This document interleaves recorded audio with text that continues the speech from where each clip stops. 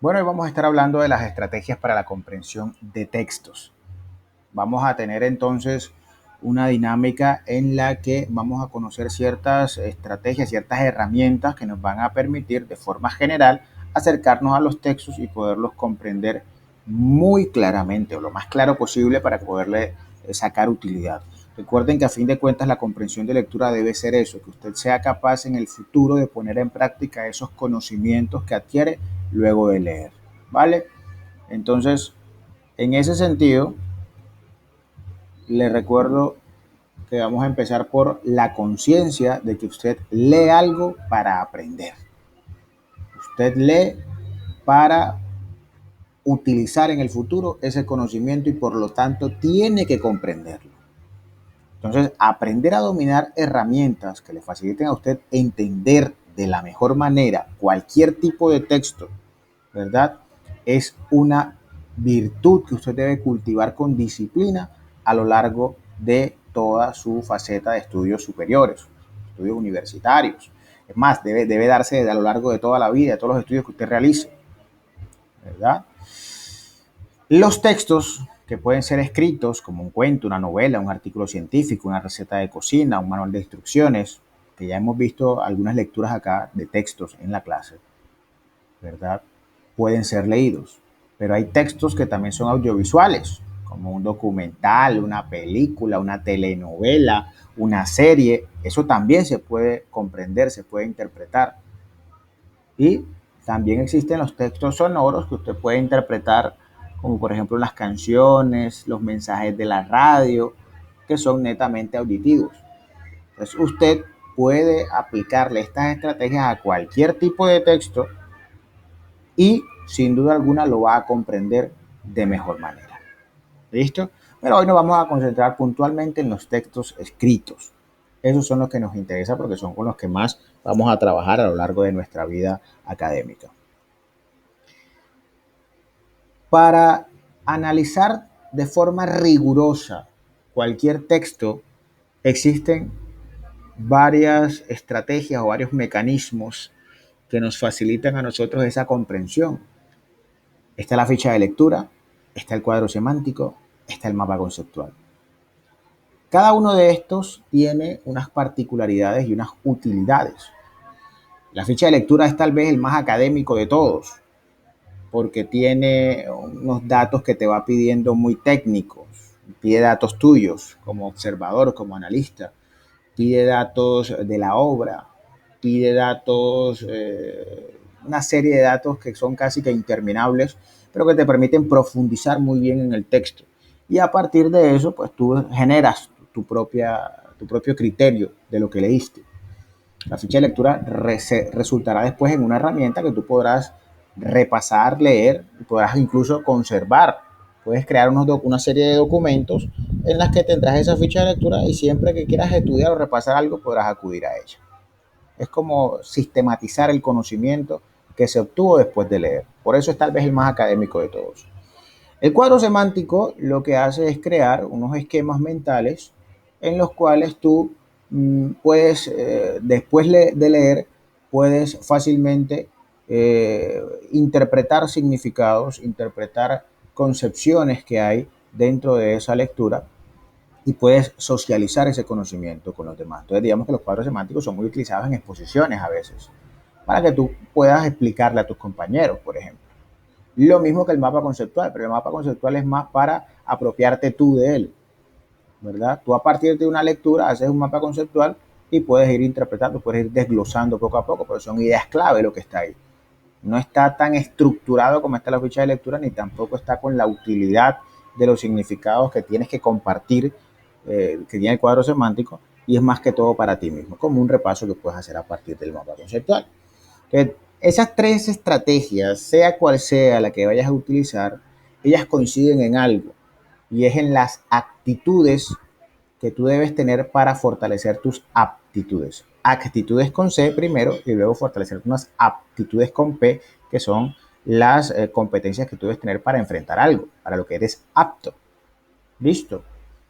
Entonces, estas herramientas, que son un trabajo esencial en la vida de todo estudiante, deben estar soportadas en su aprendizaje, en sus métodos de estudio, en sus, digamos, formas y maneras de enfrentarse a los textos, porque son una enorme, allí está, por eso está en mayúscula, enorme ayuda para que usted comprenda mejor el conocimiento que le están brindando a través de un texto. En ese sentido, usted también evidencia que leyó el libro o el texto, lo analizó y es capaz de sacar resúmenes, es capaz de explicarlo, es capaz de debatirlo. Todo eso se da en el sentido de estas estrategias de la comprensión de lectura. Entonces es muy importante que usted las domine. Entonces existen unos puntos generales que voy a explicar a continuación que permiten que usted pueda desarrollar cualquiera de esas herramientas. La ficha de lectura, el mapa conceptual, el cuadro semántico, cualquiera. Entonces, si usted se aprende estas preguntas y estas actitudes, con C, actos, que vienen a continuación, usted podrá aplicar más adelante cualquiera de las herramientas que ya he mencionado, que profundizaremos después. Hoy quiero que nos quedemos y nos centremos en estas estrategias o en estas, digamos, tips, estos puntos generales que van a permitir que usted pueda enfrentarse con las suficientes herramientas a cualquier texto. Entonces, son tres dimensiones. La primera dimensión es responder, la segunda dimensión es buscar y la tercera dimensión es atreverse a. Vamos con responder. En responder usted tiene que indagar sobre cuál es el título de la obra, cómo se llama lo que usted está leyendo, cuál es el título de eso. Texto que se respete tiene un título.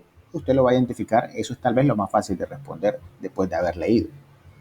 Luego vas a averiguar quién es el autor, pero no es solamente que averigües el nombre del autor, es que te busques en internet la biografía de la persona que escribió eso, la biografía de ese autor.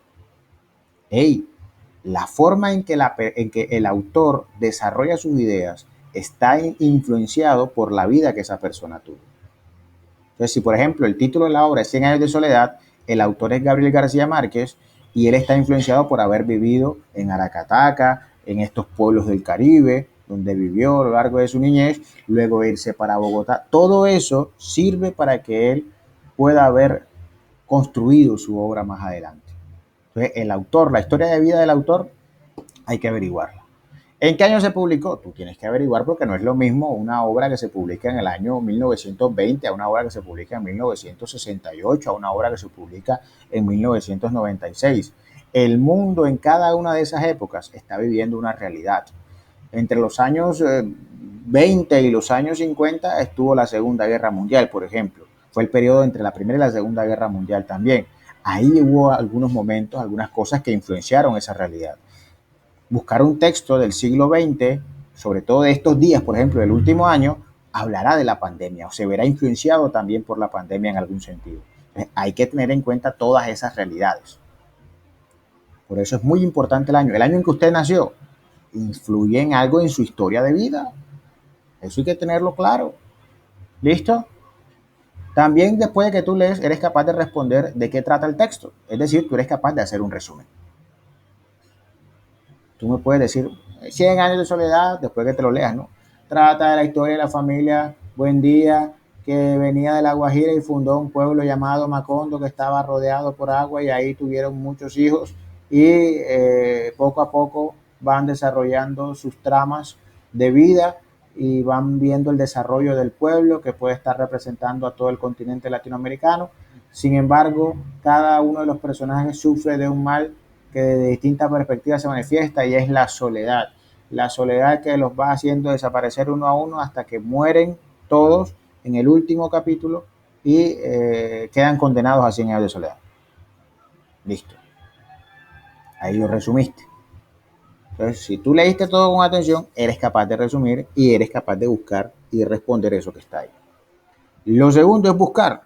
Para comprender mejor, tú tienes que conocer las palabras desconocidas, valga la reiteración de términos, lo que puede sonar a cacofonía ahí. Significado de las palabras desconocidas no solamente que tú nunca hayas visto, sino las palabras de acuerdo al contexto donde estén. A veces vemos una palabra, creemos que la conocemos, pero el contexto es distinto y eso puede cambiar el significado de todo el párrafo. No es lo mismo encontrar la oración Dios bendiga a este público que el dinero público ha sido malgastado. Ambas tienen la palabra público, Pero en la primera, público se refiere a la audiencia, a los espectadores, mientras que en la segunda, público se refiere a del pueblo, de la ciudadanía, del Estado. Es un término jurídico. Ahí están las diferencias. Luego, usted es capaz de atreverse a, primero, decir cuál es el tema principal del texto. Le doy una pista. Es una oración o una palabra que usted ha usado en el resumen.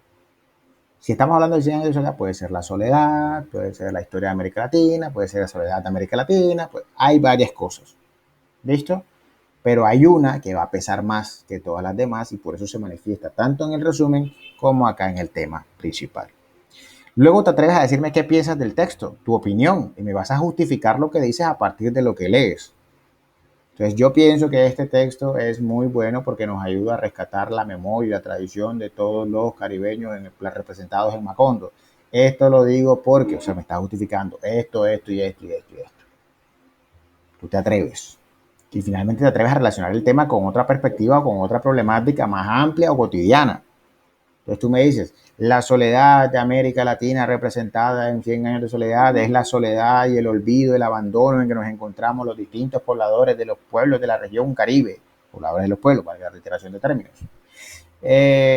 Nuestros gobiernos nos tienen abandonados, como ocurrió también en 100 años de soledad, y estamos condenados a no sobrevivir en este continente, y te echas todo tu cuento ahí, toda tu carreta. Pero estás asociándome lo de 100 años de soledad con la realidad. Así funcionan los textos, así funciona la comprensión de textos. Y eso se da también en los textos que tú lees de tu carrera.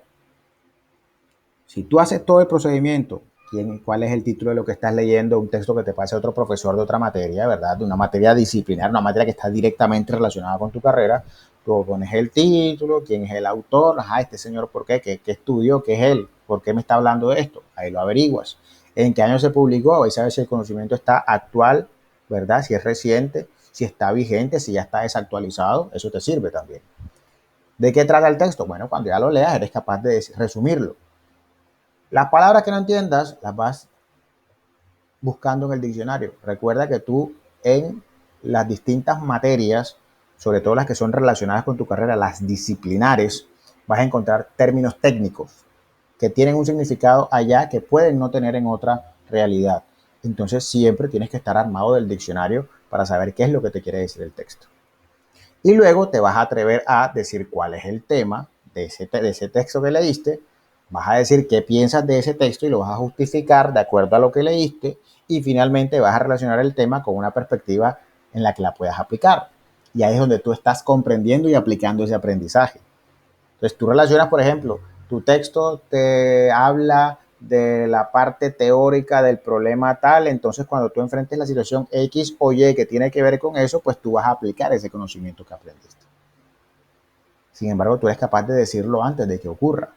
Ahí me estás relacionando el tema de tu carrera, de lo que leíste, con tu aplicación profesional. Ahí es donde está la importancia de eso y ahí es donde ustedes van a marcar la diferencia como profesionales en sus distintas áreas y disciplinas. ¿Listo? Entonces, más que todo es una invitación a que ustedes tengan en cuenta esto, estas fases, las apliquen y próximamente estaremos llevándolas a cabo. Por hoy era lo que les tenía que decir. Muchas gracias por haber prestado atención y nos vemos en una próxima oportunidad.